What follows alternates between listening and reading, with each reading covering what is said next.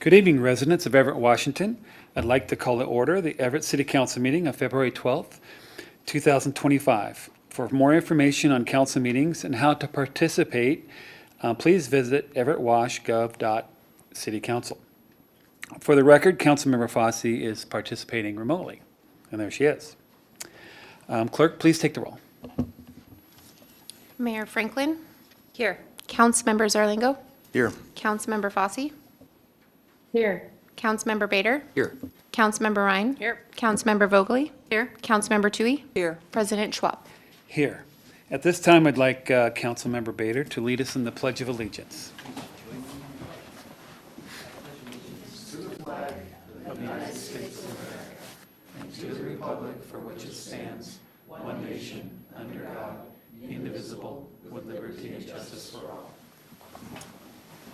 Thank you. And at this time, I'd like to ask Councilmember Zarlingo to read the land acknowledgement. Gladly.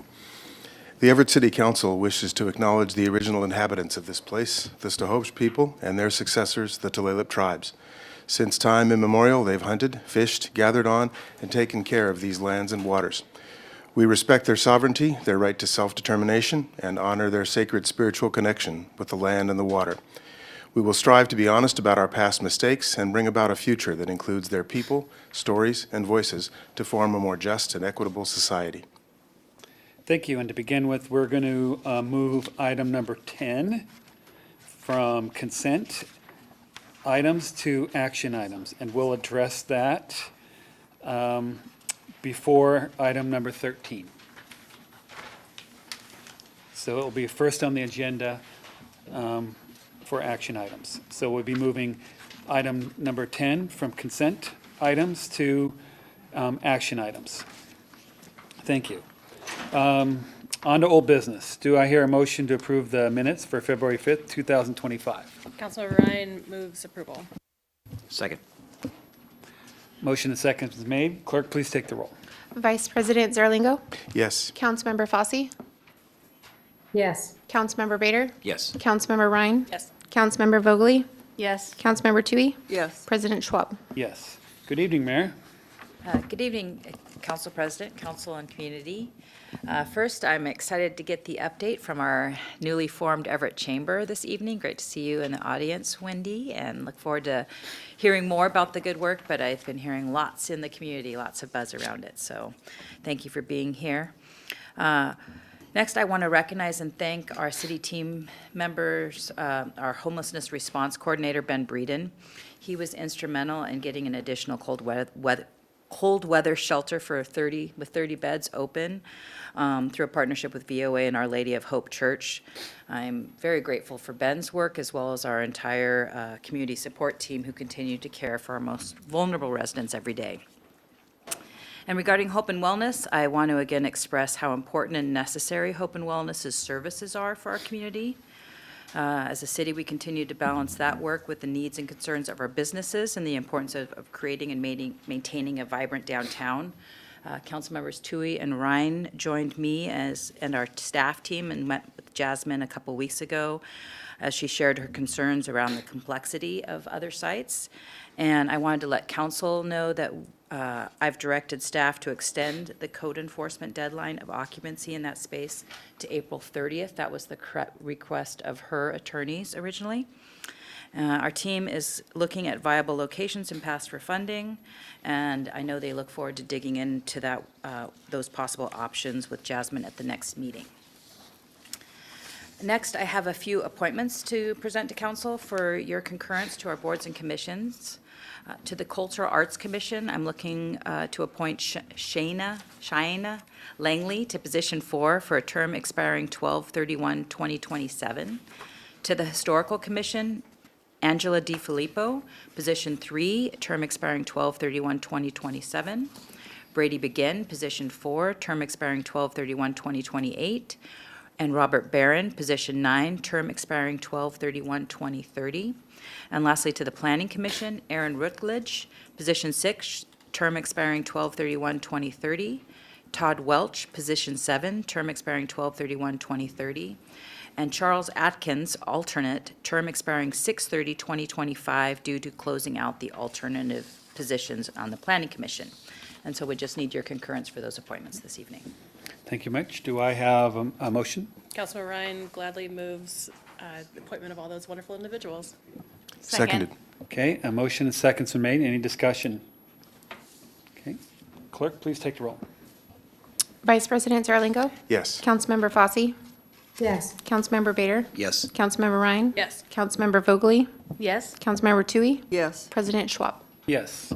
Thank you. I have no further comments this evening. Okay, and thank you very much. All right, now it's time for public comment, which includes written comment acknowledgement. Under our rules, written comments shall be considered in the same manner as oral comments. The person submitting the comment must provide their name and city of residence to be part of the council official record. Good evening, Angie. Do we have any written comments or anyone signed up to speak? Good evening, President Schwab. We have both. Written comments we received in regards to Hope and Wellness is Sarah Bai and Christy McBride, and those were provided to council, legal, city clerk, and administration to be part of the record. And we have one person online, I believe it's Nali. If you could please unmute, and if you have a camera, video, if you could turn that on. And if, once you see the screen, once you see one moment. Once you see the timer, then you can state your full name and city of residence, and you'll have 3 minutes to speak. I'm on the phone, so I cannot see a timer. Okay, But you can just go ahead. and cue me, and I'm ready to go. Okay.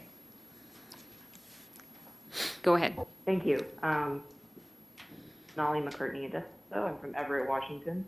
I'm here tonight to add another voice of support for the work of Hope and Wellness and ask the City Council and the Mayor's Office to work with this organization between now and April 30th to keep Hope and Wellness in its current location and allow them to continue the work they are currently doing with our unhoused and unsheltered neighbors.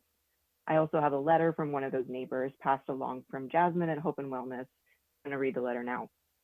Dear Jasmine and the entire team at Hope and Wellness, I wanted to take a moment to express my heartfelt gratitude for everything you've done for me and many of my friends.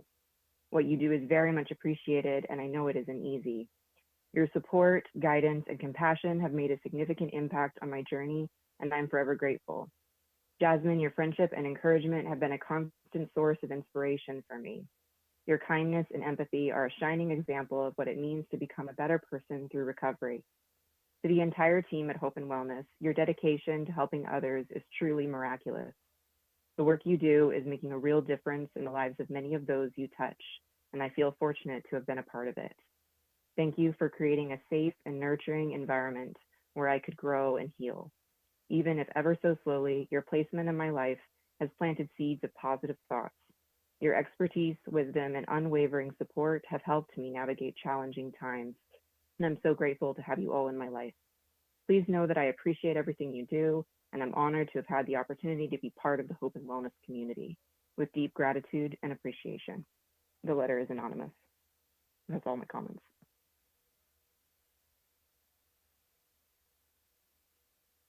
Move to Chambers, and we'll start with Janine, if she could please come to the podium and state your first name and city of residence. And if you can press the button on the right of the bottom of there. Oh, it's on. We turned it on. Okay, And am I good? Yep, you're good. Okay, Janine Demeray, live in Everett, Washington, District 3. Good evening, Mayor Franklin and council members. I'm coming to you tonight as an Everett resident who came to this city from a small town in 1987. I went to the Lydia Park School. I have called Everett my home the majority of my life. I love this city. I have defended it against the negativity that just the name alone evokes on social media. I am proud to live and pay taxes for the benefit of this city and all its residents, regardless of where they come from or what they look like. I am proud to have participated on February 5th as citizens came together across this country and expressed our outrage and disgust with the coup that has put this country and its citizens at great risk. During this constitutionally protected freedom of expression event, a message was chalked by me in front of the Snohomish County Republican office on Wetmore on the public sidewalk. It said, "Nazis enter here," with arrows pointing towards the door. The office was closed that day. Nonetheless, the police were called.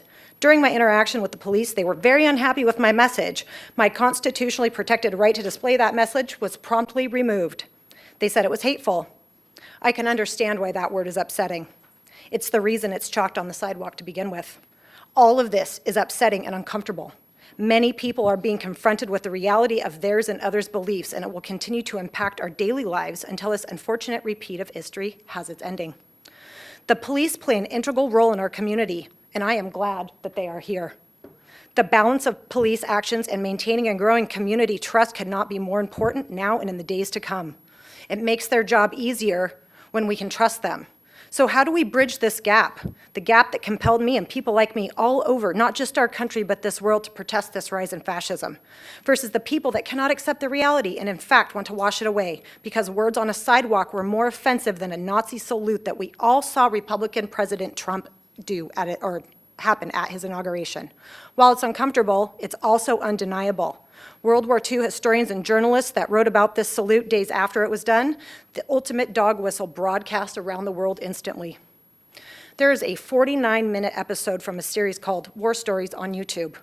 The title is called How the Nazis Brainwashed the German People to Support the Final Solution. I am at this moment daring to make a suggestion that we watch that together, all of us. There are auditoriums we can use. I'll kick in a fair share of cash for snacks, and we can talk about it after, or maybe at a later date, or maybe never at all. All I know is we have to start talking human to human to figure this out. Maybe then we can start the bridge gap of why we feel differently about the current replay of this part of our history. Thank you. Thank you. Next, if Austin could please come to the podium, and followed by Holly. Please state your full name and city of residence, and you have 3 minutes to speak. Austin, Everett, Washington. I'm here also to advocate for the permanent retention of Hope and Wellness in its current location. I'd just like to start off by saying thank you for issuing the extension. It's going to help a lot of people, and I hope it's indicative of further continuation of working with them to help them stay in their current location. I too have some letters from some of the participants in Hope and Wellness. I feel like at this point you've probably heard enough of my statements and know where I stand. So I thought I'd share some heartfelt testimonials by the participants. This is written about and to as well. So I love and respect that the staff show all the people that come through that front door. They have helped me with rent, food, clothes, and even supplies for the room that I rent. The biggest thing they have done for me is give me a new view of my life. They are the most loving and caring people I've ever met, and they never pass judgment on anyone. I love you all. Another participant said, I would have to say that Hope and Wellness, being here for anyone that is in need of help, is incredible. There's a lot of places around, but nothing like this one. I have received help with rental resources, clothes, food, and warm coffee. It's a positive and safe place for people to come and relax and find out how to move forward with life. Another one said, my favorite part about Hope and Wellness is that it allows me to make new connections and always be among good company. Me, along with some others that I know, friends and family, receive help with bettering ourselves and overcoming life problems. They are always beside you, never against you. If there was one thing I would change about Hope and Wellness, it would be to have it open more days of the week. I believe Hope and Wellness is a great place. I like that I can go there and feel safe. I also love that I can come and get clothes and food. They've helped me while I get back on my feet and help me stay sober. They help me with finding work and housing. Hope and Wellness is a great, safe place, and their support is really awesome. Please don't make us leave.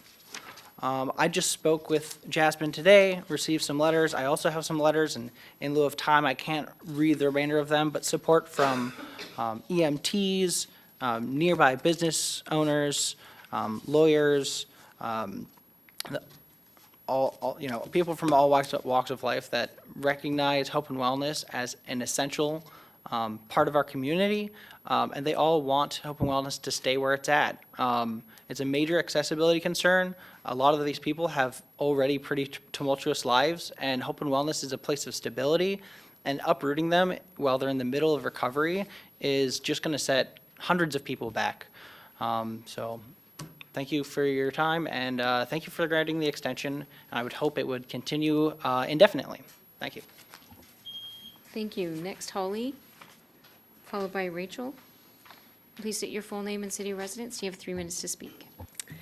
Holly James, 1220 Colby in Everett. Thank you for the opportunity to speak again. I sent you my 2 emails last week, one of what I spoke about and the other one detailing the engagement process that we went through at Drew Nielsen Neighborhood Park during the playground equipment discussions. One thing about that I just wanted to bring to your attention, I'm not sure that it was a competitive bid. I know that we had 2 choices at the end of it, and they were both from the same company, and we never heard if there was other companies looked at for that. I'm sure there was, but just wanted to double check. Really, I wanted to conclude that I hate being in the position of being in a fractured fairy tale relationship with the park and the park staff and the park functions. It's my favorite place to be, and all I do is think about what to do in the parks and how to make money at the parks. And I'm very sad to be in this situation. I feel it could have been avoided if we still had an Office of Neighborhoods. Having somebody on the inside, knowing our needs, educating staff about how to address us and what the best way to go about getting results specifically regarding engagement. But just during the process, I believe now we're feeling the effects of having this loss for 8 years now or however long it's been gone. But I really feel like the staff was really just doing their job, but our voice just isn't embedded in the system like it needs to be. Thank you. Thank you. Abby, if you could please, sorry, Rachel? Please state your full name and city residence. You have 3 minutes to speak. Rachel Kurtz McElwain, Anderson Island, Washington. Good evening, council members. I'm here on behalf of Standing for Washington, who was sponsors of Everett Initiative 2403 to grant legal standing to the Snohomish River watershed. And I'm here to update you on the lawsuit filed by the master builders, developers, and others who are trying to overturn that initiative. First, I want to thank the City Attorney's Office for their time and attention to this matter, as well as for meeting with us to discuss the case. We appreciate their willingness to hear our legal analysis and engage with us on these issues. While they have raised some concerns, we will be working with them in the coming days to address those. However, at this time, they do not appear inclined to mount a strong legal defense of the initiative. Because of this, as sponsors of Initiative 2403, we will be moving to intervene in the case to ensure that the voters' voices are heard in court. But this should not be solely our fight. This initiative was passed by the people of Everett, and we believe that city leadership should stand behind it. We urge you, as elected representatives of this community, to call on the city attorney's office to rigorously defend the initiative. The people of Everett voted for this initiative because they believe in protecting the Snohomish River watershed and ensuring responsible stewardship of our natural resources. That vote deserves to be upheld, and we ask for your support in making sure the city fully defends the will of the people. Thank you. Thank you. Next, Abby, if you could please come to the podium. And state your full name and city of residence. You have 3 minutes to speak. Hi, Abby Ludwig, Olympia, Washington. Good evening, Mayor Franklin and the City Council.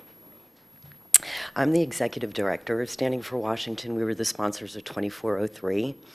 And I just wanted to give you a little background in the intent of the initiative to give a little context. The people of Everett have spoken. With the passage of Initiative 2403, voters made it clear that they want stronger protections for the watershed and the ability to take action when it's threatened. This initiative doesn't replace existing environmental regulations. It strengthens the community's ability to protect the watershed by allowing for a cause of action when its rights are violated. And we've seen why this matters. When wetlands are threatened by development, community members want to intervene, but lack the legal standing to do so. Under traditional laws, only those who can prove direct personal harm can bring a case. Initiative 2403 changes that by recognizing the watershed's rights and allowing community members to stand up on behalf of it in court. This ensures that when harm occurs, the people of Everett have a legal path to defend the ecosystem that provides flood control, clean water, and biodiversity. Communities and cities across the country have passed similar ordinances. Everett is not alone. Recognizing that existing laws don't always go far enough to protect the natural systems we rely on. These initiatives reflect a growing understanding that communities need stronger, more direct ways to ensure that their environment is safeguarded. Now it is the responsibility of this council and the city to ensure that Initiative 2403 is upheld and implemented as the voters intended. This is about more than environmental protection. It's about respecting the will of the people and ensuring they have the tools to protect the watershed that sustains us all. Thank you. Thank you, and that concludes public comments. Okay, thank you very much. Now it's time for council comments. Councilmember Zarlingo. Thank you. Couple of quick notes. One of them with respect to Snohomish County tomorrow. I've been representing Everett with this group for a little over a year now, and I'm part of the group's new exploratory committee. Snohomish County tomorrow, for those who are not familiar with it, helps the cities and the county coordinate, especially on growth and planning. Other groups are also helping the cities, the county, and the region coordinate on growth issues, and we need a lot of this, especially where the issues span boundaries. One good example would be Highway 99 on Evergreen Way south in Everett, extending through the county, unincorporated, to Linwood, to Edmonds. This has challenges and opportunities that will be handled better if we cities and the county work together. And so the general note on this is this affects transportation, housing, economic development, and the group is looking to understand its main areas of focus, potentially working together on some health and human services. So that's the kind of stuff that your elected representatives are doing, and if you have any input on that sort of thing, feel free to send that. Another note about groups getting together, the Sound Transit Light Rail project is moving forward with environmental impact statements being worked on the stops that are from essentially the Alderwood Mall vicinity here to downtown Everett. It's a long, tortuous kind of process, but I guess I want to reassure you, your elected representatives, including Mayor Franklin, who's on the board of directors for Sound Transit, are working hard on this, looking as far and as deeply into the future and into as many alternatives as they can. I'll work with her to continue that work as we move forward. But again, your input on that is very much valued. If you have questions, concerns, you have priorities to share, please do. Thanks. Thank you. Councilmember Fosse. I guess my only comment tonight is thank you to all of the community members that stepped up for the appointments, and thank you for your service.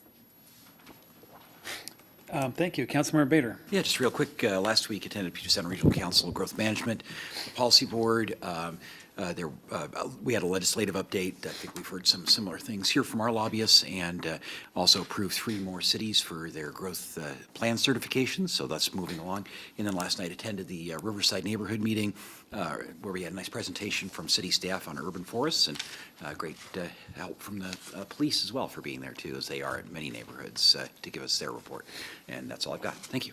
Thank you. Councilmember Ryan. Great. Good evening, everybody. First, thank you to our commenters tonight for all of your thoughtful comments. I just wanted to share my appreciation for joining on a cold Wednesday evening, and I just want to let you know that I hear you. On Monday, I attended the Port Gardner Neighborhood Association meeting. They're working on finding a new home, so if anybody has any suggestions, please let neighborhood leadership know. Jennifer Gregerson joined for the meeting to share an update from administration, which was fantastic. There was a good discussion about the stadium and the neighborhood, especially since they border the stadium location. They have a lot of concerns about parking at the stadium and adequate parking so that there's not overflow into their neighborhood. So just wanted to pass that along. They're also working to put together a neighborhood cleanup around Andy's Place near Compass on March 8th. The time is to be determined, but just want to make sure folks get it on the calendar that neighbors, residents at Andy's Place, I think Everett Station District Alliance is going to join as well to do a neighborhood cleanup, and police will be there as well. So we're really excited for the partnership. They also shared that the Community Emergency Response Team CERT training is also now open, so if folks are interested in emergency response training, definitely check that out, and I think it's an 8-week course to get trained up on that. And then tonight we had our inaugural Parks and Built Environment Committee meeting, which is a combination of our Parks and Quality of Life and our Built Environment Committees. We had a great discussion about storefront vacancies downtown and storefront facade maintenance requirements, and we decided to add that to our policy goals as a committee for the year to take a look at what we do currently have in our code for storefront maintenance requirements for downtown and see if there's any opportunities for improvement or flexibility. We also decided it might be a good idea to have a roundtable discussion with building owners, Downtown Everett Association, our newly formed Chamber of Commerce, and some other stakeholders in the community to make sure that there aren't any unintended consequences during the policy development. So more to come on that. Very exciting though. Our committee also decided to have periodic updates about Vision Zero and the policy work with that, especially when it comes to certain decision points on policies, so that the committee can have input on that. And last, we also wanted to focus on SEPTED policy development for the year, so looking at ways that we can do crime prevention through environmental design for our parks, for buffer zones, for maybe some more problematic areas in the city to make sure that the surrounding environment is built so that it's a crime deterrent. So good stuff for the year coming out of our committee. Looking forward to it. Thanks. Thank you. Councilmember Vogely. Good evening, everyone. Thank you, first of all, Mayor, for the extension for Hope and Wellness to stay in their current location. That is very much appreciated. And good to hear thank you. And Nolly and Austin, thank you for speaking for yourselves, and also thank you to the folks that wrote letters about your experience at Hope and Wellness, not only the participants, but also the letters written from business owners downtown within the sub-area, Metro Everett, in support. It's hard to write, and it's especially hard to come here and speak, and so I appreciate that there are others who are willing to be a voice for those not often heard. Janine, if you could send a link to the movie that you mentioned, and I didn't know you were telling me about anything specifically, so I didn't write it down, and I could look back, but you could also send it, and that'd be great. Thank you also, Holly, about the parks, Rachel and Abby. Appreciate hearing what you had to say. I also got a call. I wanted to bring it. I'm sure law enforcement and code enforcement has already had it brought to their attention, but over in my district, 11th Avenue West, there's an uptick in abandoned vehicles and litter and shopping carts. So I'm just putting that out there to, well, put more voice to the person that's probably already called you. I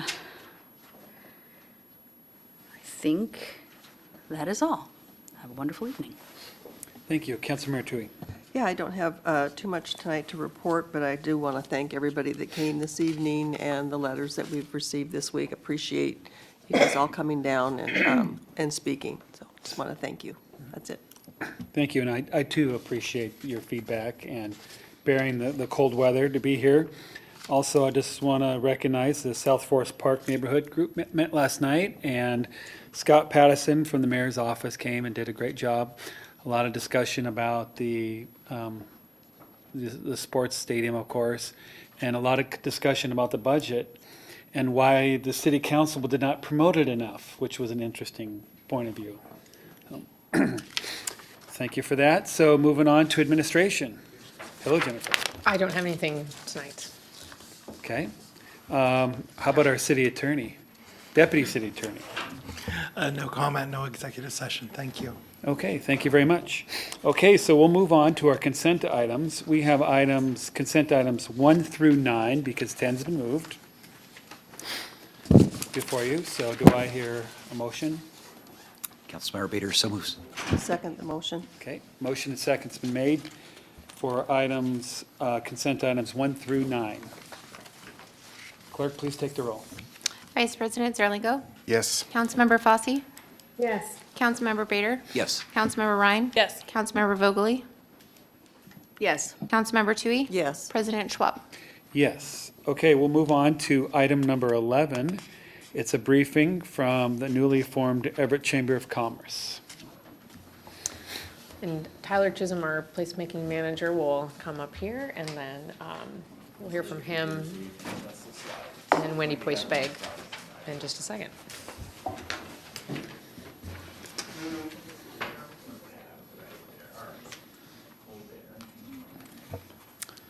Evening, everybody. Can you hear me okay? Tyler Chisholm, I'm the placemaking program manager for the city of Everett. I'm joined by Wendy Poischbeg, the new CEO of the Greater Everett Chamber of Commerce. Wendy and I, we have about 15 minutes. We have a lot to cover, but I do want to say this. Wendy and I just left a networking event downtown called Engage Everett, a couple blocks away. The chamber was the presenter at this month's Engage Everett, and I've never seen so many people at Engage Everett. The excitement for the Everett Chamber is palpable, and I just want to thank you all for your foresight to invest in this. I think it's a universal win and is going to be great for Everett's economy. Tonight, Wendy will share about the progress to date through the formation committee and how the chamber is now, and I will update you on our plans moving forward with contracting. That sound good? Great. Wendy, take it away. Good evening, council members. Thank you for the opportunity to provide an update. My name is Wendy Poischbeg, and I've been leading the formation of the Greater Everett Chamber of Commerce. Tonight, I will walk you through the progress, key milestones, and next steps as we build a stronger business network for Everett. I'm going to tell you a little bit about myself, the phases that we went through, including the formation, the legal establishment, operational setup, membership development, and our progress to date.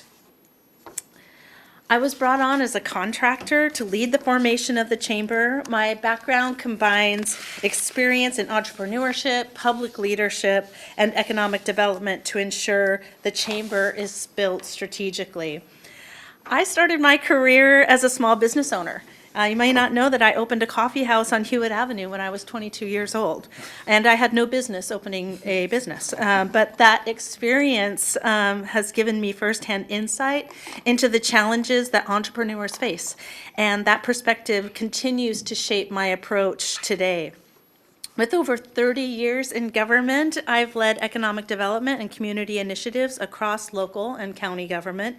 I started in the city's Parks and Recreation Department here, where Lori Cummings used to be my boss. I spent 12 years working for 3 different county executives before moving to the city of Snohomish.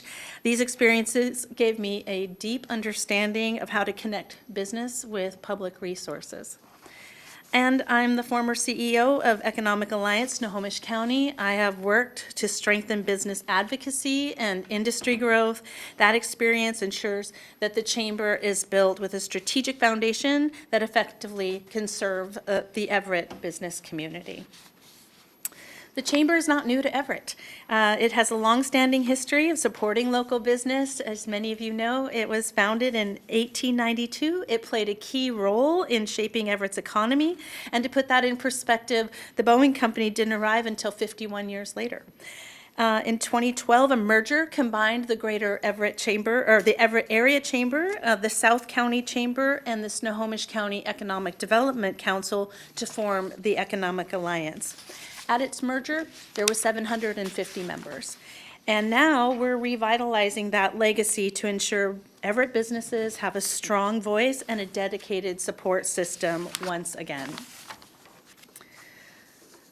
So the first phase of the chamber formation focused on laying a strong foundation for long-term success. That included developing an implementation plan to guide growth and sustainability, recruiting key members with expertise in business, law, finance, marketing, and nonprofit management to provide strategic input. Thank you, Councilmember Ryan, for serving on that formation committee.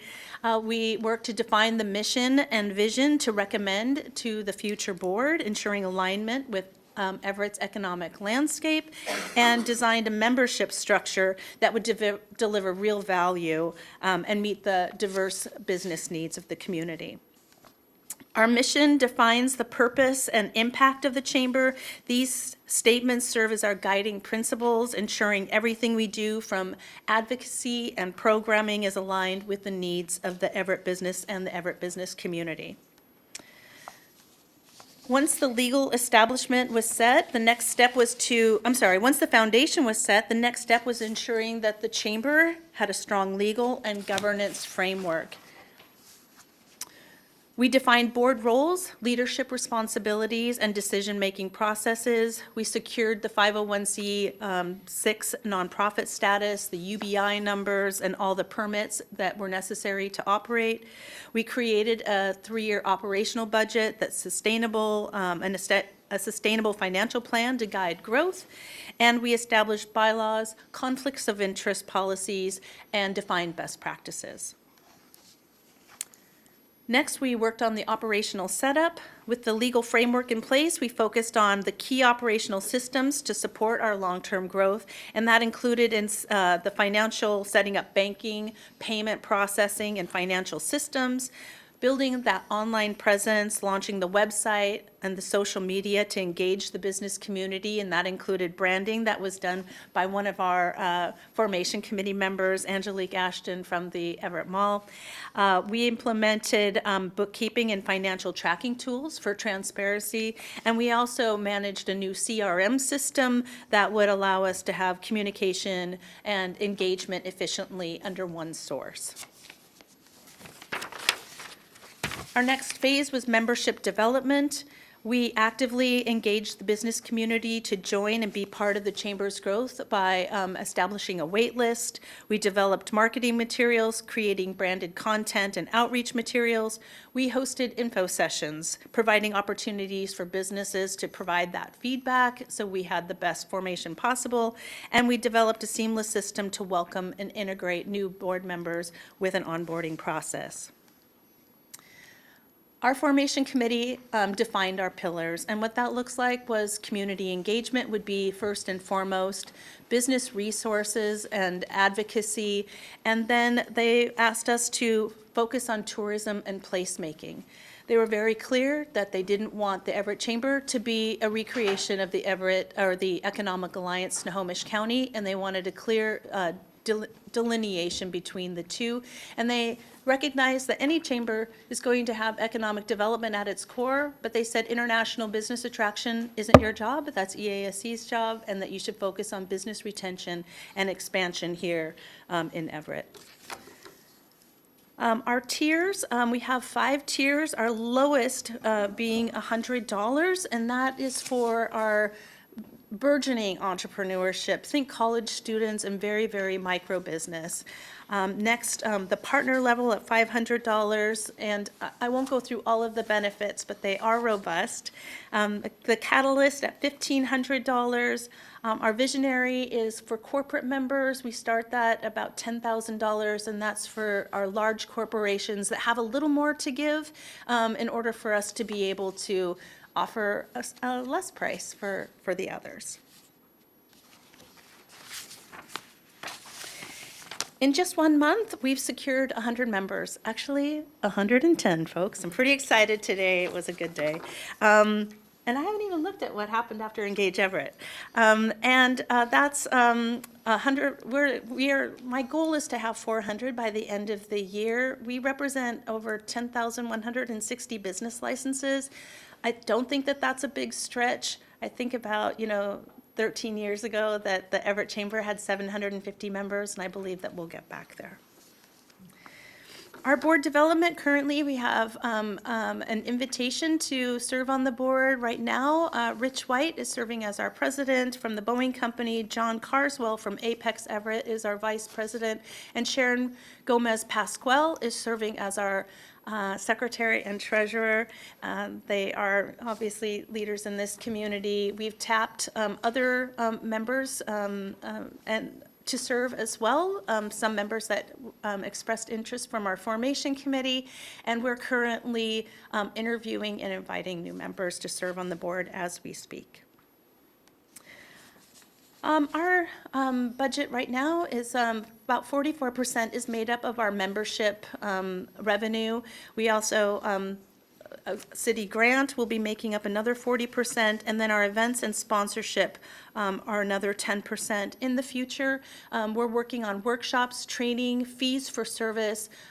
We offer Employees Benefit Trust, which comes with an incentive that we receive a fee, including certificates of origin that will also provide other revenue for us in the future as we get going.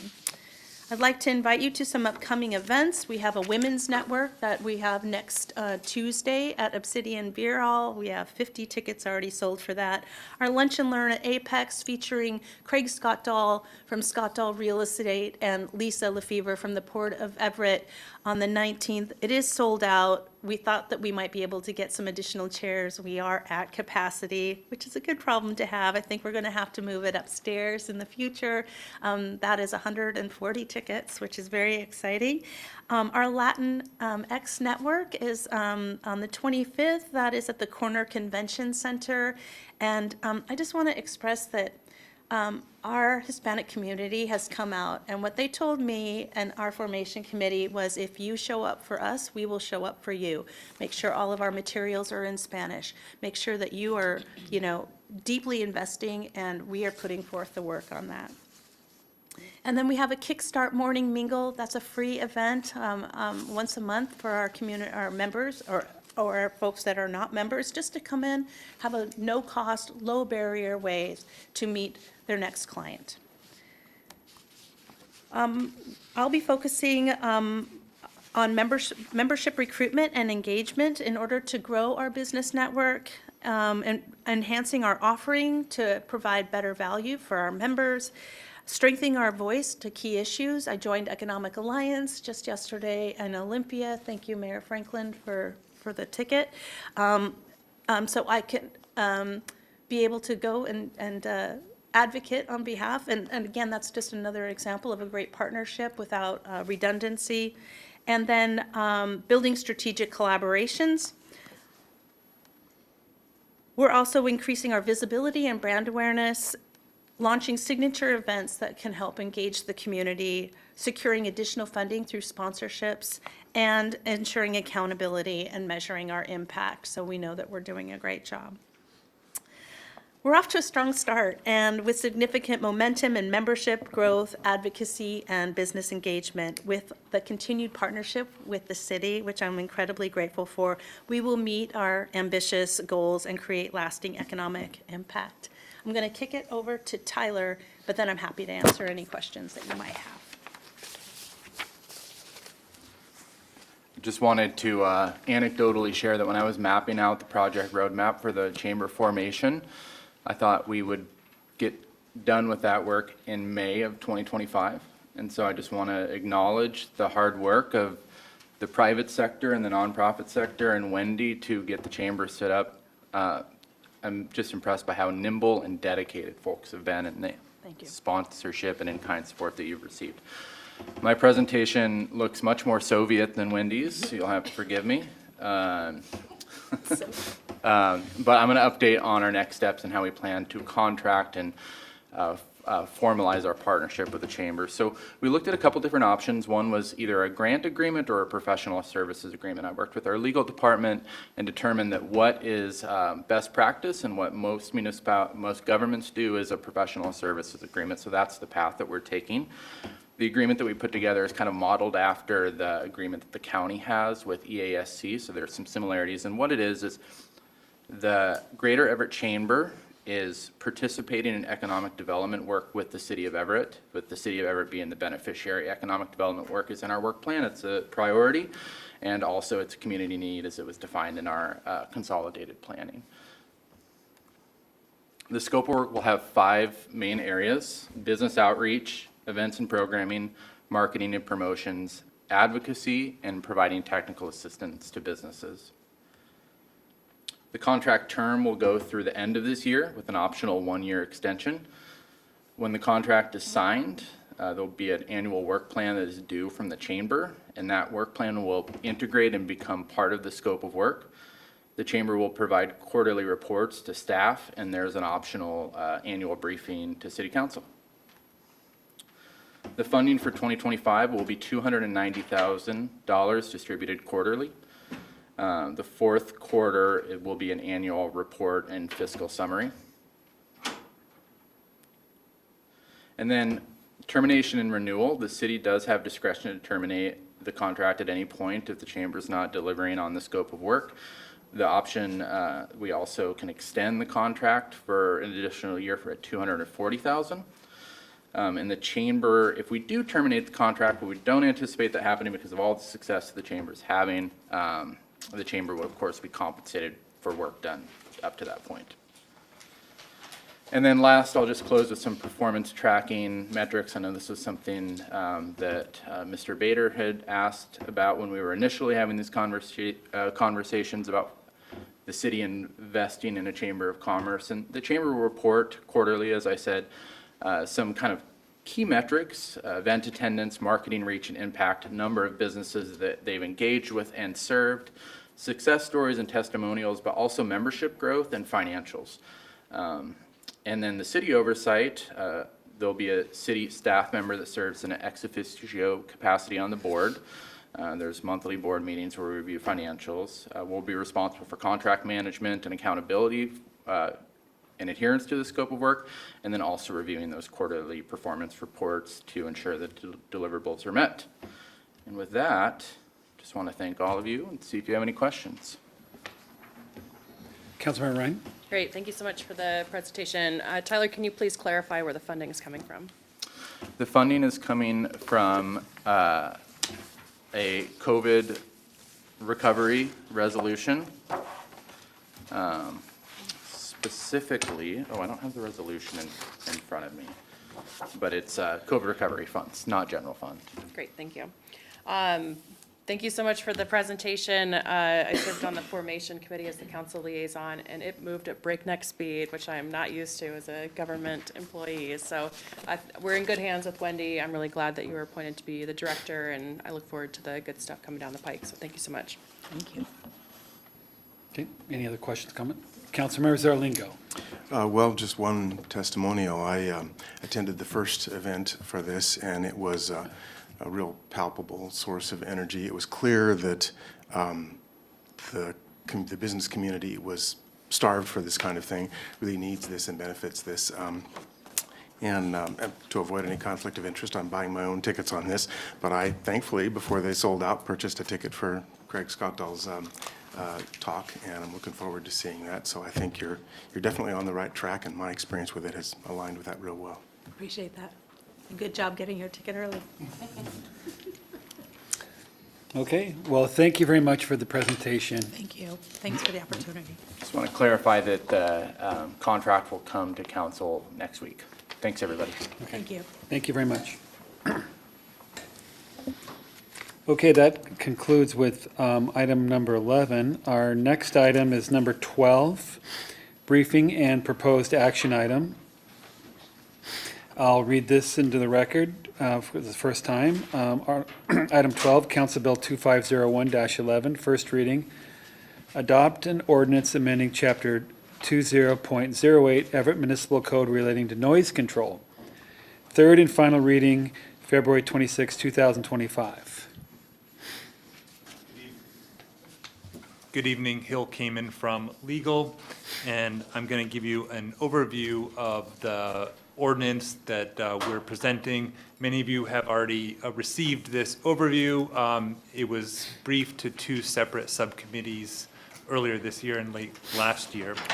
This is a culmination of work from many different departments in the city, including legal, HR, public works, and police, including feedback from the community and from council.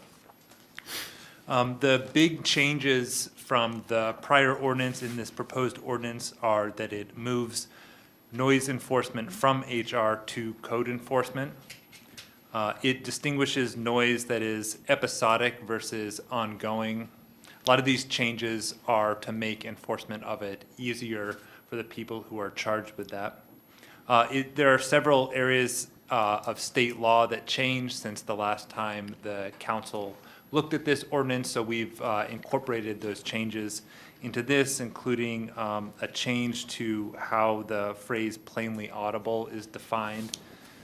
It tightens up some of the definitions. It also clarifies sound levels based on the various districts in the city and what the allowable levels are. So we just looked at that again and re-established those. It creates a tiered enforcement, so repeat violators face increased sanctions with each additional violation. It made it easier, it allows for easier enforcement, recognizing the changes in technology. Sound meters have become much easier to use. There's high quality sound meters now that are on somebody's phone, so that you don't have to be certified using a specific piece of technology as long as it meets certain requirements, and so this updates that. It brought our way in which we grant variances in line with how we do that with other parts of the city. And then I think the biggest question that council has had and our community has is how it will address vehicle noise, which is something that I'm sure all of you have heard about. It's something that has increased not only in the city, but everywhere in the state, maybe the country. And this ordinance does have some ways in which it will be easier to enforce against public disturbance noises. When it comes to enforcement of vehicle noise, there are limits into how we can enforce the roadway because traffic enforcement, vehicle enforcement all falls under Title 46, and the state preempts our ability to enact laws in conflict with that. So when a vehicle is traveling on a public highway, our enforcement is in line with that which is set by state law, so basically making it an infraction to have a modified muffler or to exceed excessive noise. However, in this proposal, particularly the section on public disturbance noises, public nuisance noises, it does allow for us to be able to address noise that is coming from a specific property. So a violation is a noise that is plainly audible from 50 feet from a location. And so for the kinds of repeat offenders who are repeat and chronic nuisance in a neighborhood, or with residents due to loud vehicle noise or any loud noise, parties, mechanical noises, there are ways in which this ordinance would apply to that, and we would have tools to be able to address that. So that's the basic overview on the ordinance. I'm happy to answer any questions that the council might have. Questions? Councilmember Bader. Thanks, Hill. One thing I want to clarify, and I think it's still correct, is that for most of these violations, if not all of them, they have to be observed by a law enforcement officer or code enforcement. It isn't sufficient that I call up or I got a video or something of that. Is that correct? That is correct. That's correct. So there are criminal penalties for increased sanctions. Those would have to be witnessed by an officer, and the same is true for infractions. There are limited exceptions for crimes that, actually they're not that limited, but that is correct. These violations have to be heard by an officer, which makes an additional challenge for enforcement because they can't be everywhere, and a lot of these, particularly with vehicles, are moving. But for locations that are repeat violators, there would have to be an officer who observes that. I also do want to note, and I've mentioned this before, we have added to our legislative agenda to look at some state law changes. There are some technologies that are coming down in the future, which would allow for sound cameras to be able to detect this it would require some changes in law to allow for us to be able to detect and issue violations without them being in the presence of an officer. And I think that's something that we'll continue to keep an eye on, and if that's an opportunity in the future, both for the technology and for the law changes. Councilmember Vogely. I have not yet read all of the proposed ordinance, so I'm just putting that out there right now. But I'm just reminded many, many years ago in the city of Bremerton, a noise ordinance from a specific car muffler place on 6th Avenue, but that's regardless. I'm just curious if A, you had looked into other jurisdictions' noise ordinances to help put this together, and if Bremerton did happen to be on your radar. Hi. And really, that's all, because it just came to my mind right now. Because noise is very difficult to track, and as you've just been explaining, a law enforcement officer has to be right there hearing it. So I don't know if you have an answer, but maybe you do. I do know we had outside counsel assist us in drafting this, and she did look at a variety of ordinances across the state to make sure that, you know, we were borrowing the best of the ordinances that were available. And I can say that prior to this, under the current ordinance, pretty much the only violations that were enforced were from, say, an industrial location that is on a piece of property and it's creating sound.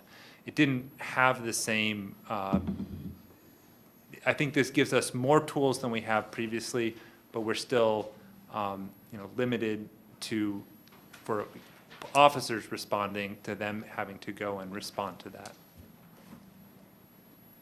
Thank you. Councilmember Zarlingo. Well, a couple of things. There is a state law, and I've testified on that, I guess, the last couple of weeks. There is for the noise cameras, as I understand it, one municipality, I think it's Kirkland, is already using such a thing.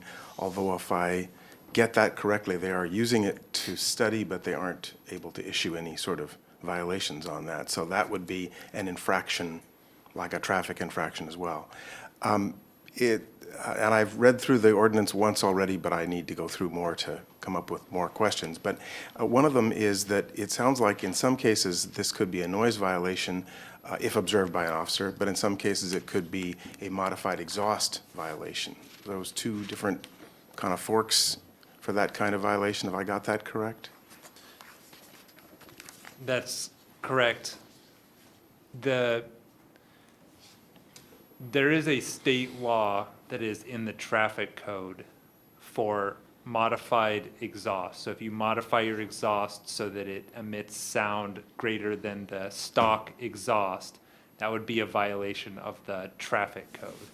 So if a vehicle is using the roadway, then we have to use the traffic code for any enforcement action that we take.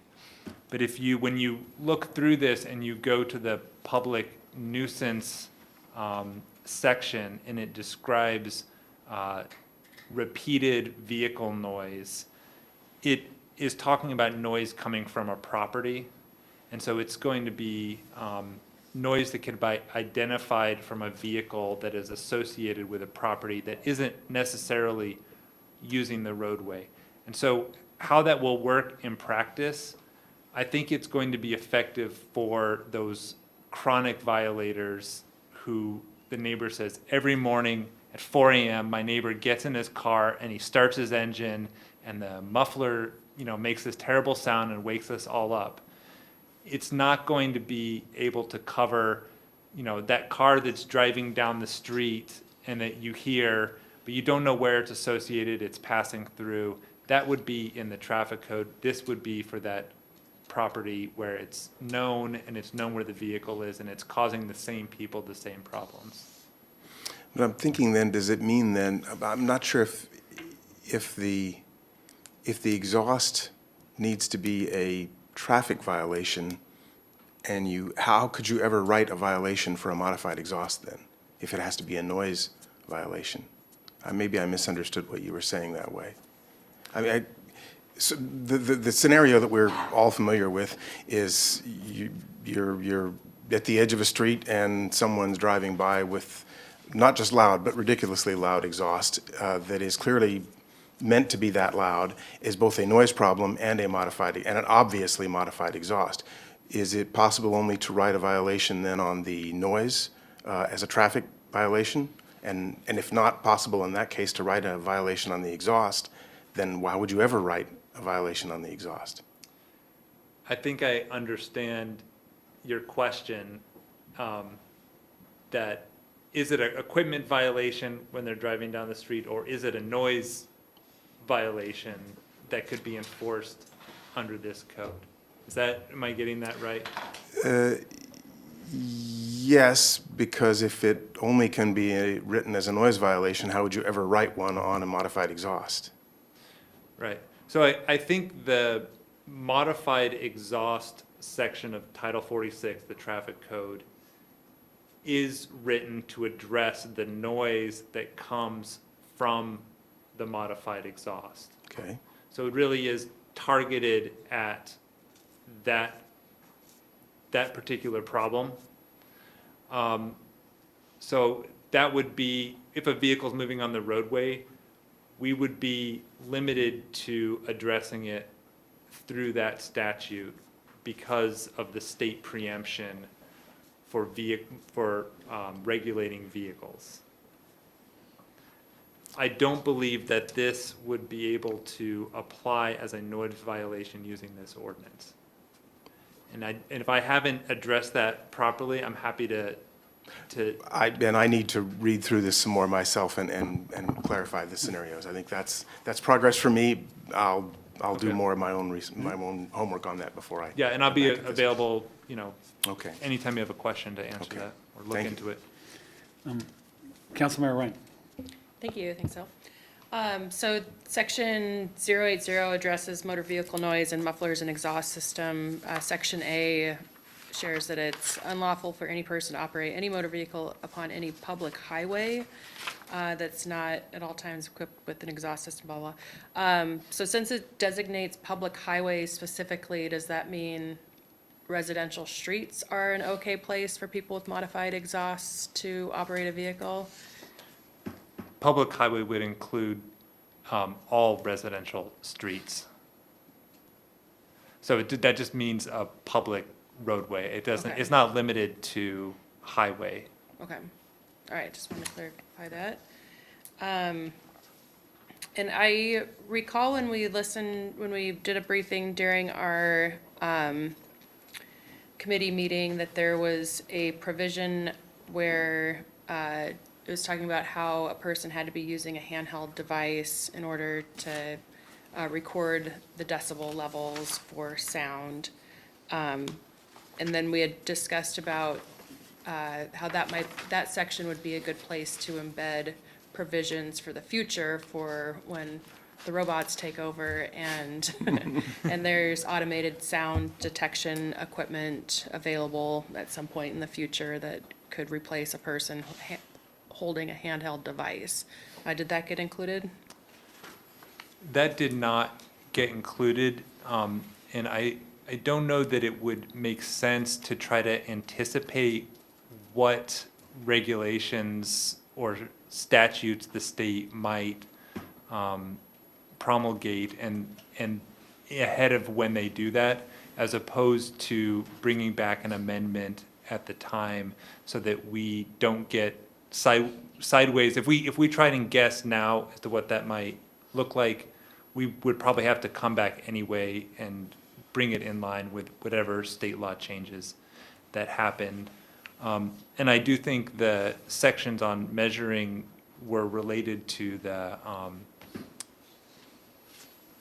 the environmental sound sections. Is that what you were discussing? I think it was mostly specifically for modified exhausts. Yep. But Yeah, it did not get included. And I think that it would make sense to wait until we know what that would look like and then make an amendment at that time. I'm a little hesitant to say okay, because it's taken a couple years for this draft to come before us, so I would worry that if the state made a change, then an amendment would take a while as well. So I think there could be some creative ways to include a handheld device or other approved device in this ordinance, so then we can, if we needed to change it, we could, but it might cover it enough that we wouldn't have to. And I will look and see if if that is something we could add to it, or if the current provisions cover that, because part of this was to loosen up the what is required as a device to measure sound. It may already include that technology. Okay, thanks. Okay, Councilmember Fossey, just wanted to check in on you. You good? All right. All right, so we'll move on. Thank you very much for the briefing. Thank you. I read it into the official records, so third and final reading in 2 weeks. So we'll go on to action items, and the first one on our action item is item number 10. Authorize the mayor to execute a professional services agreement with Bailey Construction LP for outdoor multipurpose stadium project in the amount of $200,000 in substantially the form provided. So I'll look for a motion in a second, and then we'll get discussion. I move item number 10. Councilmember Ryan seconds. Okay, we have motion and a second, and then moving on to any questions for item number 10. Okay, Councilor Ritter. Thank you. Well, thank you for moving this off consent tonight. You know, this is a very important project, and I believe we need to be transparent with our conversations and updates with our public. I know I had a private conversation with Scott, and I thank him for that. But I was disappointed that we really don't have any concrete numbers yet. As I stated in December, I had concerns because, not because I'm against the project at all, but because when we make decisions with taxpayer dollars, we owe it to our taxpayers to be thorough, transparent, and knowledgeable. And in December, Ben from SOJ responded to my concerns that we will not have full transparency until the end of January, when we will be further along in our analysis of the revenue and potential for bonds. And we still don't have any clearer picture than we did in December of those costs and funding. We have scenarios, and I know staff is working on things, but there's still really nothing there that we can feel comfortable and moving forward and talking with our constituents. And we been told that we need more information to determine all these things that I've been asking about, and I know all the council wants to know about. I'm being asked by our community members, well, what's the city expected to contribute? And we're spending money, but I can't give them any kind of positive answer on that. I recognize the multiple funding sources that are being explored, state and local government, pension funds, and some other outside investors. I would ask admin, when they come back with those funding sources, we need to understand the financial obligations that we are taking on as a city. Are we making guarantees to these investors? What risk would the city be assuming in any of these partnerships? So tonight, we're looking at another $200,000 agreement, and the cover page and the staff has been, all along, had said this would be coming, and more will be coming. Personally, I have a hard time with a just keep spending approach without the solid answers. I can go along with this type of planning for a while, but at this point, I need to have some firm numbers with the amount of money that we've allocated. That's why I will be voting no tonight. This is not a no forever. This is just a no until we get more information. I think that our constituents, I know mine have been asking, they just think there's just all these numbers running around. So I do want to see great things happen here, but we also have a duty to ensure that we're making smart, informed decisions, and we don't leave our city in financial jeopardy, but that we can justify it to our taxpayers. And I will be waiting for that, but I look forward to it when we get it. Thank you. Okay, thank you. Any other questions or comments on item number 10? Councilmember Bader. Thanks, Council President. And this probably is for Scott here. Scott, is it possible without spending this $200,000 to get the financial information that Councilmember Toohey seeks? The short answer is no. We are negotiating with I can't say the awarded contract because we have not awarded a contract. So we're currently negotiating a contract with the Progressive Design team. If you recall, when we went through the SEPA process, they originally came back with a really, really high contract number. And through negotiations, we were able to reduce that contract significantly.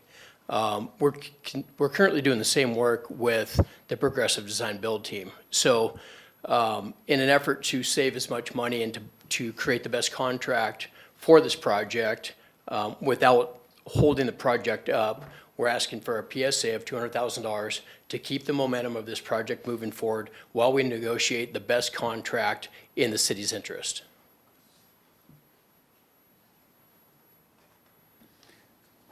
Yeah, I guess I'll just ask, just for the record, what is the next step?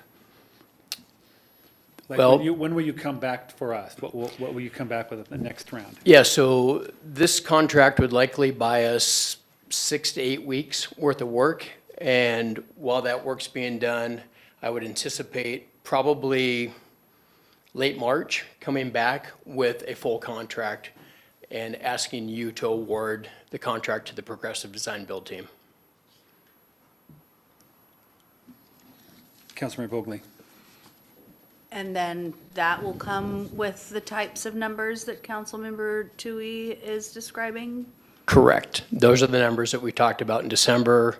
That could be a range from 2.5 to 3.5 million to get us to that 30% of design. Councilmember Bader. Thanks. Scott, can you explain, I mean, I do remember that January statement that Councilmember Toohey referred to. Can you explain why it slipped a few weeks now or more? Well, through the process of interviews with the design teams that submitted, then the scoring of the contracts of the proposals, and now we've just gone into negotiations of the contract. So it was just the process of going through the RFQ that pushed it back, and now we're in that contract negotiation. We had hoped to be in contract negotiation earlier. It's been pushed through the process. So when you come back with that, then that will give us an idea of what the cost of the project will be and what it will look like. Correct. And the financing and the revenue pro forma. Yeah, we anticipate having an MOU put together and actually be in early lease negotiations, probably in April. So yes, the answer is yes, we will have a performance revenue package for you to review on the MOU. And financing for the project as well as the costs. Yeah, we can go through that again, yeah. Okay, thanks. Councilmember Ring. Great, thank you. So with the state grant that we had approved, does this money today, is that part of the state grant? That be covered by the state grant? You're making reference to the 7.4 that was reallocated to 2025? Correct, yes. Yeah. So for clarity, are you asking if we will be spending some of that money to pay for this piece of work? Where's the money coming from? Oh, where's this money coming from? Capital, CIP funds. Okay. Yeah, to be paid back with state funds once we receive those. Thank you. Good question. Okay. Anything else? Okay. Thank you very much. So the motion and second for item number 10 has been made. Clerk, please take the roll. Vice President Zarlingo. Yes. Councilmember Fosse. Yes. Councilmember Bader? Yes. Councilmember Ryan? Yes. Councilmember Vogely? Yes. Councilmember Tui? No. President Schwab? Yes. Okay, thank you very much. All right, so now we're on to action item number 13, adopt a resolution approving the Everett Station District Business Improvement Area 2025 budget. Do I hear a motion? Councilmember Ryan definitely moves. Seconded. Motion and second are made. Are there any questions? Okay, seeing none, clerk, please take the roll. Vice President Zarlingo? Yes. Councilmember Fosse? Yes. Councilmember Bader? Yes. Councilmember Ryan? Yes. Councilmember Vogely? Yes. Councilmember Tui? Yes. President Schwab? Yes. Okay, moving on to item number 14, adopt a resolution authorizing the 2025 lodging tax expenditures as recommended by the Lodging Tax Advisory Committee. Do I hear a motion? Councilmember Ryan moves. And a The second. motion, and I'll second it. Okay, well, motion second's been made. Is there any questions? Actually, I apologize, Council President, I didn't ask this before. Since I'm part of the Everett 4th of July Foundation, Ramsey, should I recuse myself from voting on this?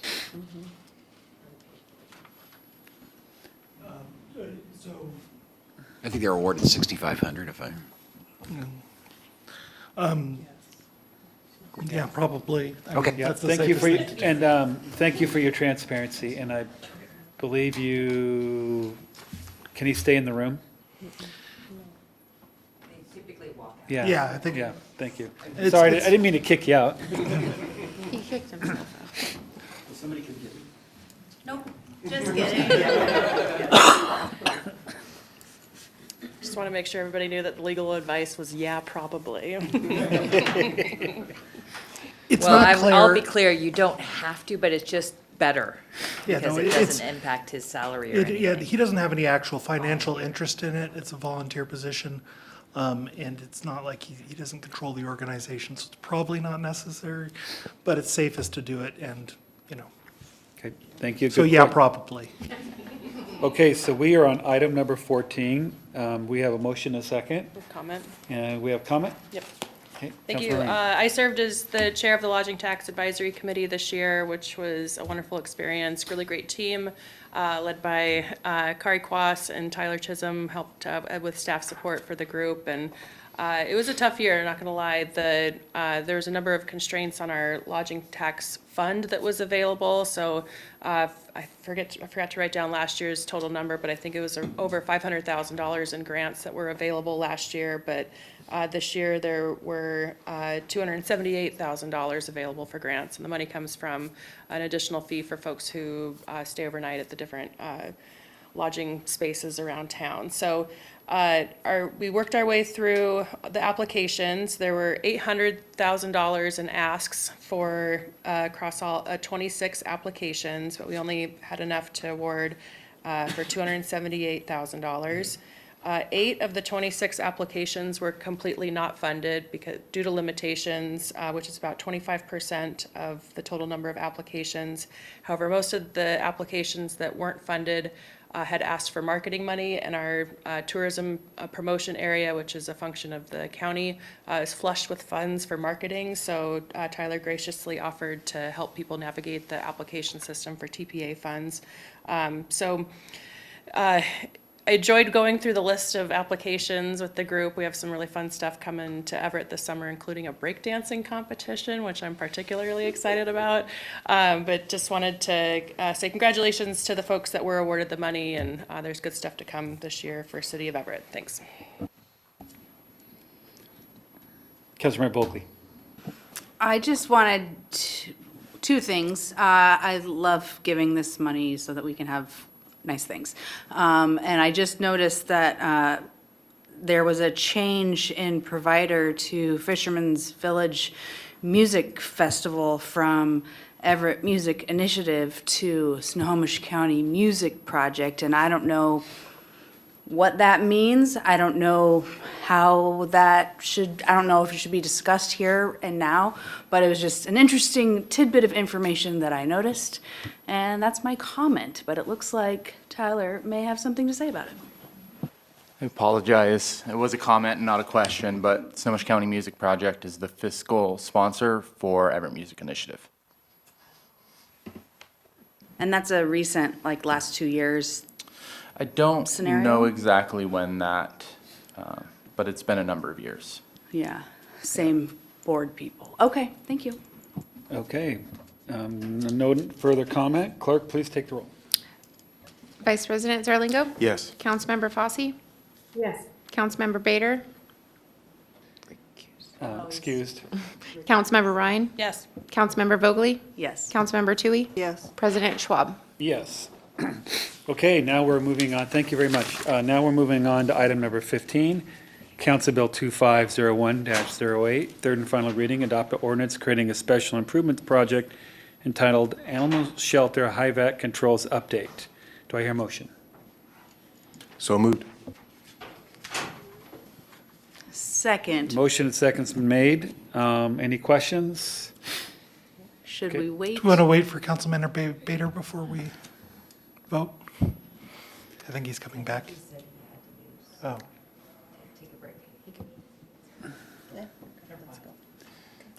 Okay, we'll go ahead and continue.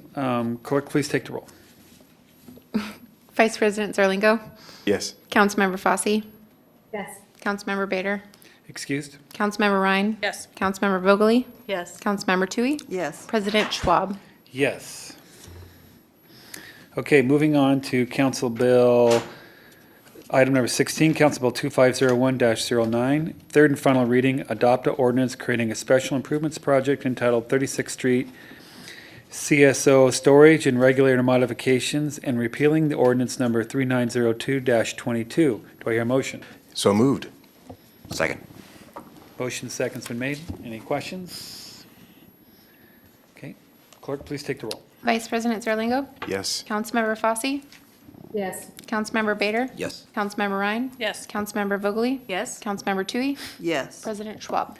Yes. All right, moving on to item number 17, Council Bill 2501-10, third and final reading, adopt an ordinance creating a special improvement project entitled Drew Nelson Park Playground Replacement to accumulate all costs for the project in the amount of $345,000. Do I hear a motion? Councilmember Bader, so moves. Second? Okay, motion seconds been made. Do I have questions or comments? Councilmember Vogely. Thank you very much. We did get an email explaining a bit more about the process, but of course, I want to ask about the sidewalks, which are not the sidewalks, the crosswalk, which isn't part of this ordinance, but still a part of the conversation. Yeah. I see that Director Bob Leonard is in there. What but would I- you like to ask? I would like to ask if we, how soon, because I can't remember, but maybe we already talked about it, how soon Providence and the city can work to create a better crosswalk at 13th and Colby. Our staff did re-engage with Providence recently and are, looking to find the right contact. I think there was a turnover in the person that they had been having a conversation with before. It is unrelated from parks funding. Public Works has money for streets and crosswalk improvements and things like that, and they don't need the park money. The park money is for parks. But staff generally said that, they're gonna start that conversation. They'll, and it's one of 7 enhanced crosswalk projects that are currently in development. Some have grants for them already, some will have city funds, and hopefully partnerships too. So the target, it's under development without a set date of opening, but targeting, I'll just say, let's say early 26. Corey said 25 or 26, but when I hear that, I think let's go with the later one and we can over-deliver possibly, so. And just to, in addition, I'm putting out there that I like the idea of the 4-way stop rather than a 2-way stop. I know, again, this is not about the ordinance before us today, but I'm saying it out loud. That is all. Thank you. Thanks. Councilmember Tui, did you want to? Yeah, she answered. She answered it all. Great, thank you. Okay, with no, Just yeah, wanted to kind of segue from Councilmember Vogel's comment, but I think staff or administration provided us the information. It was pretty robust public outreach, Jennifer, so appreciate that information, made me feel a lot better about proceeding on this as well. Thanks. Okay, good comment, thank you. All right, no further comment. Clerk, please take the roll. Vice President Zerlingo? Yes. Councilmember Fosse? Yes. Councilmember Bader? Yes. Councilmember Ryan? Yes. Councilmember Vogely? Yes. Councilmember Tui? Yes. President Schwab. Yes, and with no further business, we are now adjourned.